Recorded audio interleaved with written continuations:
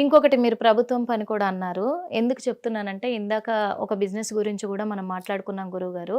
అమ్మాయిల బిజినెస్ ఈ రకంగా కూడా చేస్తున్నారు. వాళ్ళని అమ్ముకోవడంలో, వాళ్ళ అవయవాలు అమ్ముకోవడంలో కూడా ఇలా ఇప్పుడు ట్రెండింగ్‌లో ఫాలో అవుతున్నారని మనం అన్నాము. కానీ జనాలు నమ్మరు. కానీ జనాలు నమ్మడానికి కొన్ని ఆధారాలు కావాలి. అంటే ఇప్పుడు అఘోరీలు కానీ, నాగసాధువులు కానీ అడవులలో ఉంటారు వాస్తవంగా చెప్పాలంటే.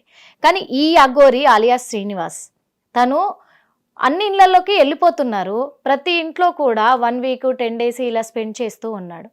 అంటే దీన్ని ఏ సూచన కింద తీసుకోవచ్చు అంటారు? ఖచ్చితంగా ఆ ఇళ్లలో వాళ్ళు హిప్నటిజం అవుతారు. ఖచ్చితంగా ఆ ఇళ్లలో వాళ్ళు ఎవ్వరొకరు అతనితో వెళ్ళిపోతారు. అంటే తన టార్గెట్ రీచ్ అవ్వడానికే కదా. వాళ్ళ టార్గెట్ రీచ్ అవుతుంది. ఇరు రాష్ట్రాల్లో అంటే మన తెలుగు రాష్ట్రాలే కాదు, అన్ని రాష్ట్రాల్లో కూడా పిల్లలు మాయమవుతున్నారు. కొన్ని ప్రభుత్వాల్లో పిల్లలు మాయమయ్యారు. మీకు గమనించినట్టయితే కనుక లాస్ట్ ప్రభుత్వాల్లో ఎలా మాయమయ్యారండి? స్పిరిట్ ప్రేయర్ గుర్తుపెట్టుకోండి. హిందువుల్లో ఇలా చేసేటువంటి అఘోరాలు ఉంటే మీకు చెప్పినటువంటి బాగల్ముఖి, భానుమతి, యక్షిణి విద్యలు. కానీ క్రైస్తవుల్లో కూడా స్పిరిట్ ప్రేయర్ అని ఉంటుంది. ఓకే, ఈ స్పిరిట్ ప్రేయర్ చేయబడితే ఈ అఘోరిని కూడా స్పిరిట్ ప్రేయర్ చేస్తుంది. ఈ బాగల్ముఖి, భానుమతి విద్యలు ఏవైతే ఉన్నాయో స్పిరిట్ ప్రేయర్ దానికన్నా గొప్పది. దానికి కొన్ని మంత్రాలు ఉంటాయి. అంటే క్రైస్తవుల్లో కూడా మంత్రాలు ఉంటాయి ఖచ్చితంగా, వాళ్ళు కూడా చేయగలరు. ఎస్, స్పిరిట్ పేరు ఫాస్టెస్ట్ చేయరు. ఫాస్ట్ కన్నా వేరే ఉంటారు వాళ్ళు. స్పిరిట్ పేరు దేంతో చేయరు, వాటర్ ఉంటది, ప్రేయర్ ఆయిల్, ప్రేయర్ వాటర్ ఉంటుందా, దాంట్లోనే స్పిరిట్ పేరు చేసేస్తారు. కొంతమంది మీద నిజాలు బయటకు వస్తున్నాయి చూడండి. ఇంకా కానీ ఇప్పుడు ప్రజలు నిజంగా ఏమైపోతారా అనే ఒక ఇది కూడా భయం. కొంతమంది చూసినట్టయితే వాళ్ళకి కొన్ని సంఘాలు ఉంటాయి. ఆ సంఘం తప్పితే వేరే సంఘానికి వెళ్ళరు. వాళ్ళే దేవుళ్ళు, ఆ ఫాస్టే దేవుడు. వేరే ఫాస్ట్ గురించి చెప్తే కూడా వీళ్ళకి కింద ఎక్కడి నుంచో ఆధ్యాత్మిక విశ్వవిద్యాలయాలు అనేటివి కొన్ని ఉన్నాయి. అవిట్లలో కూడా ఏంటంటే అందులోకి వెళ్ళిన వాళ్ళు ఇంకో దాంట్లోకి రారు. యాక్చువల్లీ ఏంటంటే ఇవన్నీ కూడా హిప్నాటిజం. వాళ్ళు వసిపరుచుకొని కొంతమందిని క్యాచప్ చేయడానికి. హిట్లరిజం కాదు ఇది, హిట్లరిజం. మనకి హిట్లర్ ఎట్లా ఉన్నారో, ఏం చేశాడో మీకు అందరికీ తెలిసినట్టు చదువుకున్న వారికి అయితే హిట్లరిజం అంటారు. దీన్ని హిప్నాటిజం. మదరాసిని కనుక చెన్నై అని ఎట్లా ఉందో హిట్లరిజాన్ని హిప్నాటిజం గా మార్చేశారనమాట. సో దీన్ని ఆ మత గ్రంథస్తులు వీళ్ళు నేర్చుకొని స్పిరిట్ పే నేను చేస్తా, కానీ మంచి కోసం చేస్తా, చెడు కోసం చేయను.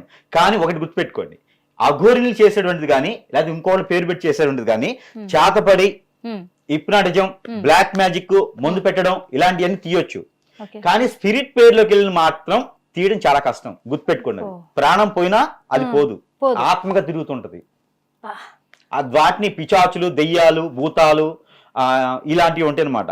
మెయిన్ గా ఈ శ్రీనివాస్ అనే వ్యక్తిని అలియాస్ స్పిరిట్ పేరు కూడా చేస్తాడు. ఓకే, చేస్తాడు. కానీ ఇతను ఒక అఘోరి కాదని నమ్మడానికి, ఎందుకంటే తను ఒక బీర్లు తాగుతూనే ఉన్నాడు, ఇప్పుడు మాంసం తింటూనే ఉన్నాడు. ఒకప్పుడేమో జనాలను నమ్మించడానికి నేను పాలు పండ్లు తప్ప ఏమీ తీసుకోను అని బట్టలు లేకుండా తిరిగి జనాలను నమ్మించడానికి ట్రై చేశాడు. అందరు ఎదురు తిరిగేసరికి బట్టలు కట్టుకున్నాడు ఒంటి మీద. ఇప్పుడు బీర్లు అన్ని కూడా ఫుడ్ కూడా తింటూనే ఉన్నాడు టైంకి. ఇతను రియలా అబద్ధమా అని ఏం తేల్చి చెప్తారు? అయితే నాకు తెలిసిన వాళ్ళు ఒక 10 మంది సుమారుగా ఉన్నారు. వాళ్ళని నేను మూర్ఖులు, మొండోళ్ళు, శాడిస్టులు, వీళ్ళు ఇంకేమంటారో మనుషుల్లో వేరే రూపం అంటారు కదా, వాళ్ళు ఉంటారన్నమాట. వాళ్ళు ఒక అమ్మాయి గాని ఒక అబ్బాయి గాని కనిపిస్తే మీదబడి రక్కి కొరికి వాళ్ళ మాంసాన్ని తింటారు. వీళ్ళు కామన్ గా ఏంటంటే రాక్షస రూపంగా ఉన్నటువంటి మనుషులు. వాళ్ళంతా అఘోరిలు కాదు, మనుషులే వాళ్ళు. వాళ్ళకి ఏ విద్యలు రావు, మూర్ఖులు. వద్దు గురుగారు, నాకు భయం వేస్తుంది. ఇంకా మీరు అవన్నీ చెప్పండి. మూర్ఖులు వాళ్ళు. ఎందుకంటే అలాంటి అమ్మాయిలు కూడా నా దగ్గరికి వచ్చారు, ఇలా అయింది గురువు గారు అని చెప్పేసి. అలాంటి వాళ్ళు కూడా వాళ్ళకి ఆ సరి చేయించుకోవడానికి నా దగ్గరికి వచ్చారు. వాళ్ళకు ఉన్నటువంటి ఆ హిప్నాటిజం, బ్లాక్ మ్యాజిక్ పోయేందుకు. అంటే అలాంటి వాళ్ళు ఉన్నారు. వాళ్ళందరూ అఘోరులు అంటామా? అఘోరులు అనలేంగా వాళ్ళందరినీ. ఈయన అఘోరులు కాదు, వాళ్ళు పెట్టుకున్నటువంటి పేరు. వాళ్ళకి విద్యలు వచ్చి అంతే. కాకపోతే ఇక్కడ మతాలకు సంబంధం లేకుండా ఇప్పుడు మీరు చెప్పినటువంటి అలియాస్ శ్రీనివాస్ ఎవరైతే ఉన్నారో ఇతను వచ్చి, ఇతనే అనాలి మనం, ఇతను వచ్చేసి నాకైతే ఇతననే ఉంటుంది. ఇతను వచ్చేసి స్పిరిట్ పేరు కూడా చేస్తాడు. నిజంగా తనకి లింగ మార్పిడి అయిందా? లింగం లింగం ఉంటే నేను అడగదలుచుకున్నా, ఎందుకంటే దీనికి ఒక రీజన్ ఉంది గురుగారు. ఎందుకంటే ఇప్పుడు వర్షిని వాళ్ళ ఫ్యామిలీ మెంబర్స్ ఏమో తనను సెక్సువల్ గా కూడా వాడుకున్నాడు అని చెప్పేసి చెప్తున్నారు.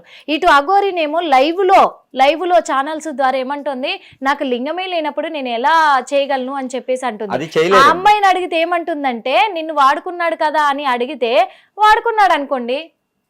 ఇక్కడ చెప్పాను కదా, వాళ్ళకు ఉన్నటువంటి ఏదైతే దేవదూతలు ఉంటాయో అవి వాళ్ళకి వెళ్ళిపోతాయి, వాళ్ళ మనసులో ఉండిపోతాయి. మీ దెయ్యాలు భూతాలు పట్టినాయి అంటారు కదా, అట్లని వాళ్ళకి ఈ దేవదూతలు పడతారన్నమాట. పరి, జిన్నాతు ఇలా ఉంటాయి. ఇవి పట్టడంతో వాళ్ళని వాడుకుంటారు, అంతేగాని ఆ మనిషిని అయితే ఏం చేయలేరు.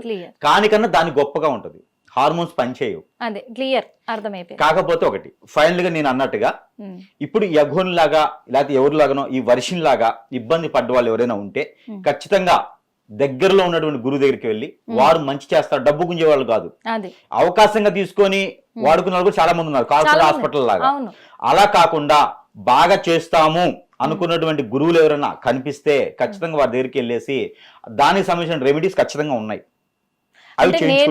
అంటే మీడియా ముఖంగా నేను ఒకటి అనాలనుకుంటున్నాను స్వామి, ఎందుకంటే మీరు ఇన్ని తెలిసిన వ్యక్తులు అఘోరి గురించి కూడా చెప్పడం జరిగింది ఏంటి అనేది కూడా. ఇప్పుడు అఘోరికి కూడా ఎదురు సవాలు కూడా విసిరే అంత ఇదిలో మీరున్నారు. ఇంకొకటి మీరు చాలా మంది కూడా మంచి చేస్తూ వస్తున్నారు కాబట్టి, కానీ మీ వల్ల ఒక అమ్మాయి జీవితం బాగుపడింది అని రేపు చెప్పుకోవడానికి కూడా వాళ్ళ ఫ్యామిలీ మిమ్మల్ని అప్రోచ్ అవ్వదలుచుకుంటే కనుక ఆ అమ్మాయికి మీరు నిజంగా తీసేయగలరా? ఖచ్చితంగా 1 డేలో నేను చేయగలుగుతా. 1 డేలో నేను చేయగలుగుతా. ఓకే, 1 డేలో నేను మనిషిగా చేసి పంపిస్తా.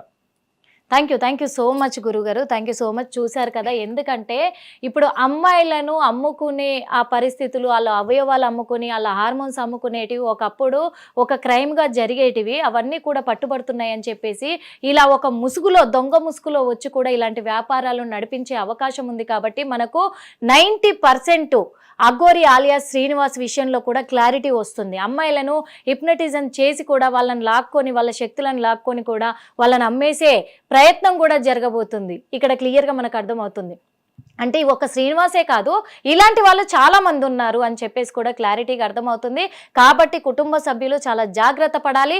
ఇంకొక మెయిన్ విషయం ఏంటంటే, మరణం లాంటి ప్రమాదం కూడా వర్షినికి సంభవించబోతుంది అనేది కూడా దృష్టిలో పెట్టుకోవాలి వాస్తవంగా.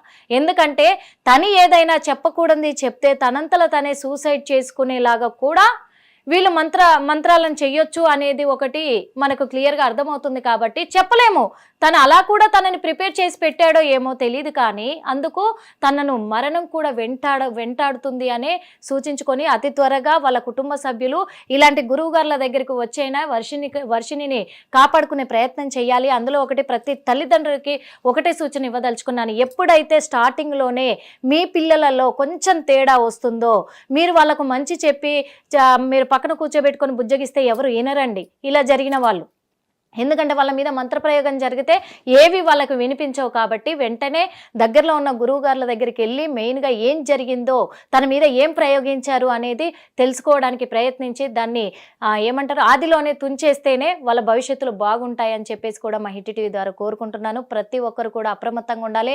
మేము ముఖ్యంగా వర్షిని, నువ్వు చేస్తున్నది మొండి ఈ సావాసం అనేది నీకు నీ ఫ్యామిలీకి మంచిది కాదు, నీ భవిష్యత్తు లేకుండా నువ్వు పోతావు. కాబట్టి అందుకే నువ్వు ఇప్పుడే జాగ్రత్త పడి కుటుంబ సభ్యులు చెప్పింది వినిపించుకొని నువ్వు అతి తొందరగా నీ వంటిపైన ఉన్నది తీసేయించుకుంటేనే నీ భవిష్యత్తు బాగుంటుందని మా హిట్ టీవీ ద్వారా కోరుకుంటున్నాం.